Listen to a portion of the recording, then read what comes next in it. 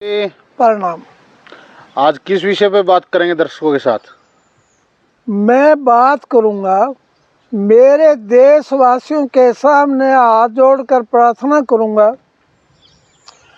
जो हर एक स्टेट में, हर एक जिले में, हर एक तहसील में, हर एक गांव में कैंसर की मात्रा बढ़ने लगी। ये कौन कौन सी सावधानी हमें करनी चाहिए? सिल्वर और स्टील के बर्तन का बिल्कुल प्रयोग नहीं करना चाहिए। ठीक।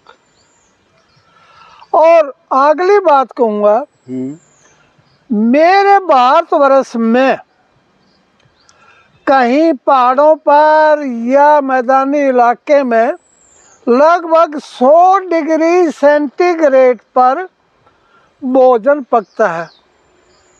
मैं आपसे पूछ रहा हूँ फोटोग्राफर साहब, कहाँ तो 100 डिग्री का टेम्परेचर, कहाँ 1950। मैं तो अनपढ़ हूँ। अरे आप इतना हाई टेम्परेचर पर क्यों खाना बनाते हो? तो कहना मतलब ये है कि इतने हाई टेम्परेचर पर अगर हम खाना बनाएंगे, जो उसके पौष्टिक तत्व हैं वो जल जाएंगे, खत्म हो जाएंगे। बिल्कुल। जैसे जैसे दूध है वो जल जाएगा, पानी है वो उसके पोषक तत्व जल जाएंगे।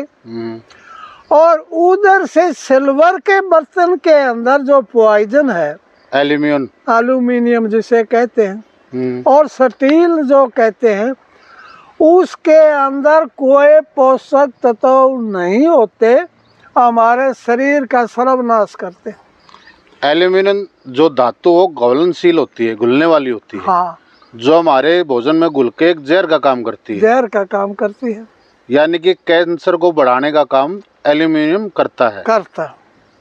दूसरी बात मैं आपसे समझा दूं, पहले हमारे पूर्वज कांसे के बर्तन में या पीतल के बर्तन में खाना खाते थे, और पीतल के बर्तन को कली करते थे।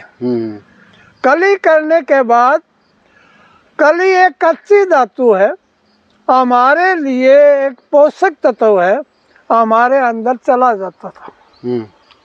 और नंबर 2, यहाँ जैसे मैंने आपको बताया है, स्टील हमारे शरीर को भी पोषक तत्वों की जरूरत होती है। पीतल, कांसी और तांबा। तांबा भी एक जहरीली धातु है, यानी कि कॉपर। ये मैं आपको बता रहा हूँ, सुनिए। सपीदो गांव के पास एक बच्चा क्या था, उनके घर में मीट बना था। सामने जो मीट खा के जो सो गए, वो तो बच गए। एक बच्चा जो उसने चंडीगढ़ से आना था, रात के सुबह 4 बजे पहुंचा, भूख लगी थी और बेचारे ने वो मीट खा लिया। तो हमेशा के लिए चला गया। एक है पीलू खेड़ा की बात। एक घर में खूब खीर बनी थी, और खीर किसके बर्तन में बनी थी? तांबे के बर्तन।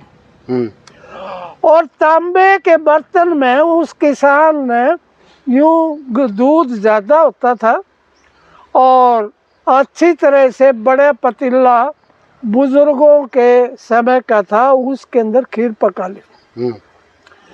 खीर पकाने के बाद, ताज़ी खीर थी, वो खाकर जितने भी व्यक्ति थे वो तो ठीक रहे। क्यों? विष पूरा नहीं बना था। सुबह खीर बच गई तो उस किसान ने तांबे के बर्तन में पकाई हुई खीर अपने बैल को सामने डाल दी, और देखते हैं कुछ ही घंटे में बैल बैठ गया था, दोबारा जीवन में नहीं उठ पाया, हमेशा के लिए चला गया। तो उस किसान ने पता लगा इसके अंदर जहर होता है, तांबे के अंदर। यानी कि तांबे के अंदर अम्लता होती है, जो हाँ। जहर होता है, विष होता है, और उसे चला जाता है। तो जो तांबे के बर्तन में कितनी देर तक हम कोई पकवान रख सकते हैं? नहीं, तांबे के बर्तन में अगर हम कली करेंगे तो कितनी भी देर रखा जा सकता है, कोई नुकसान नहीं होगा। कोई नुकसान है। कली करना जरूरी है। अगर खाली तांबा है तो वो एक जहरीला पदार्थ उसमें बन जाता है। हाँ।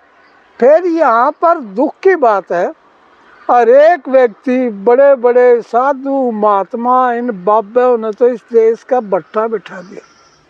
कैसे?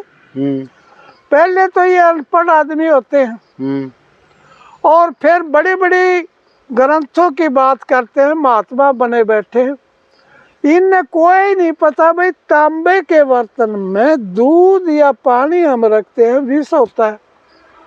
और जहाँ पर भी देखते हैं भाई तांबे का बर्तन का प्रयोग करो। नहीं, ये चीजें तो बहुत वायरल होती हैं वैद्य जी की भी, रात को तांबे के बर्तन में पानी रखो, सुबह उठ के पियो। नहीं, वो घातक होता। बिल्कुल घातक। उस तांबे में कली होनी चाहिए। कली होनी चाहिए। अगर विदाउट कली के आप कराओगे तो वो आपके लिए जहर साबित होगा। जहर साबित होगा। ये कैंसर को भी बढ़ावा देता है। मतलब वो कहीं ना कहीं हमारे शरीर के लिए हानिकारक होगा। अच्छा, मेरे अपने देश में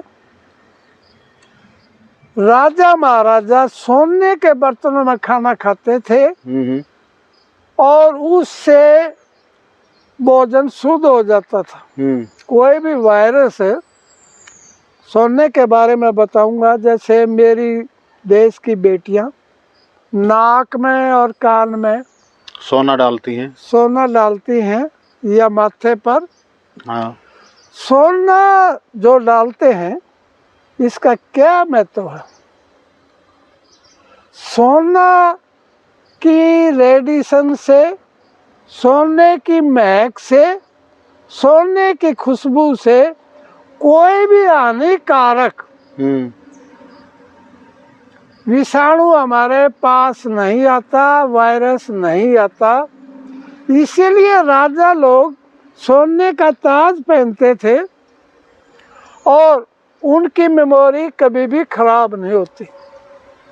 जैसे हम रोड से जा रहे हैं तो कहीं कुत्ता मरा हुआ है, उसके वायरस तो मतलब हमारे जो बैड बैक्टीरिया हैं वो हमारे टच में आएंगे तो हमारे पे प्रभाव नहीं करेंगे। वो सोना पहनना है तो प्रभाव नहीं करेंगे। अगर आप गोल्ड नहीं डाल रहे हैं तो प्रभाव करेंगे। अच्छा, खाने का है जो, फिर तो खाना मिट्टी के बर्तन में पकाना चाहिए मेरे हिसाब से। मिट्टी का बर्तन और लोहे का बर्तन मैंने अपने भारत में देखा है। आज मेरी युवा पीढ़ी के बच्चों का कद छोटा हो गया, आयरन की कमी है, धूप में बैठना पसंद नहीं करते हैं। और आप सोने और चांदी की बात करता हूँ मैं। इसके बाद मेरे देश के किसान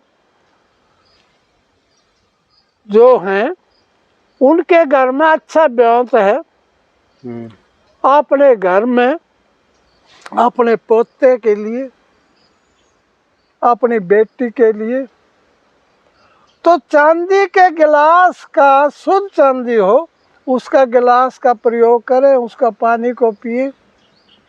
और चांदी की महक से भी वायरस भाग जाते हैं और श्वास क्रिया और पाचन क्रिया शुद्ध होकर अच्छी तरह से हमारा निर्माण करते हैं। मेरे देशवासियों, तुम्हें कौन समझाए? अरे सरकार ने तो क्या कर दिया, बीड़ी, बंडल, माचिस, तंबाकू के ऊपर कैंसर का फोटो लगा रखा है। और उस फोटो पे क्या लिख रखा है? पहले तो ये फोटो देखो, फिर धूम्रपान करो। इस देश को नहीं कोई समझा सकता। सबने पता है। बिहार की बात करो या देश के किसी हिस्से की बात करो, 2 मिनट के बाद कोई तो तंबाकू पी रहा है, कोई क्या कर रहा है, खा रहा है। और सबने पता है वह मरना है। मेरे पास मुंह के कैंसर के, मैं कहता हूँ परम पिता से, बिहार से या दक्षिण से जो आते हैं, हर एक कहता है वो करना। गुटखा वगैरह, खैनी वगैरह खाते हैं? खैनी खाते हैं। अरे ना खाओ। जैसे मैंने कैंसर के बारे में बताया है, जैसे बिहार की बात कर रहा हूँ मैं, और एक व्यक्ति अगर कैंसर की शिकायत होती है, जो मैंने कवाथ बनाया है वो तो वो करे, और किसी को भी कैंसर है, मेरे किसान की दवाई, मेरे किसान की टैबलेट जो प्याज है, क्या करें, मेरे आने से पहले 2-2 बूंद कान में डालें। प्याज के रस की? प्याज के रस की। 2-2 बूंद आँख में डालें और 2-2 बूंद नाक में डालें। मुंह के कैंसर की बात कर रहा हूँ तो वो 3 चम्मच प्याज का रस, 3 चम्मच शहद, और उस रोगी को जो गले का कैंसर है उसमें भिगो के कम से कम ये 6 चम्मच दवाई है। नंबर 1 छोटी मक्खी का शहद, नंबर 2 प्याज का रस। तो उनको कहो अच्छी तरह से उंगली भिगो कर नाखून काट के मुंह में चाटे, उसी वक्त कहेगा मुझे आराम है। रिलैक्स फील करेगा वो। रिलैक्स क्या, खुश हो जाएगा, हंसने लगेगा। अरे किसान को ना भूलो, एक देवता है। किसान को भूलोगे तो पछताओगे। अरे गंठे के मेरे सिर पर पैदा होते हैं, किसान के खेत में पैदा होते हैं। और एक प्याज मुंह के, नाक के, गले के कैंसर को समाप्त कर देता है। और इसके साथ साथ जैसे मैंने बताया था, फिर सुन लो, ये जो पीपल की छाल है, बरने की छाल है, नीम की छाल है, कचनार की छाल है और दूसरी औषधियाँ हैं, उनको अच्छी तरह से लेकर प्रयोग कर लो। और क्यों पछताते हो, एक दिन जाना है सब ने, परंतु इन बातों का ध्यान करो। तो ये प्रयोग करें। और कैंसर की मैं फ्री सेवा करता हूँ, जाना मुझे भी है, बता के जाना है। वैसे इलाज होते हैं, ना डरो ना घबराओ।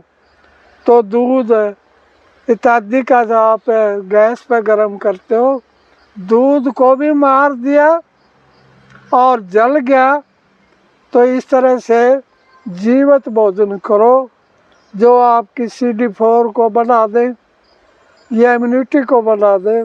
ऐसा प्रयोग करो। प्रणाम, प्रणाम, झुक के प्रणाम।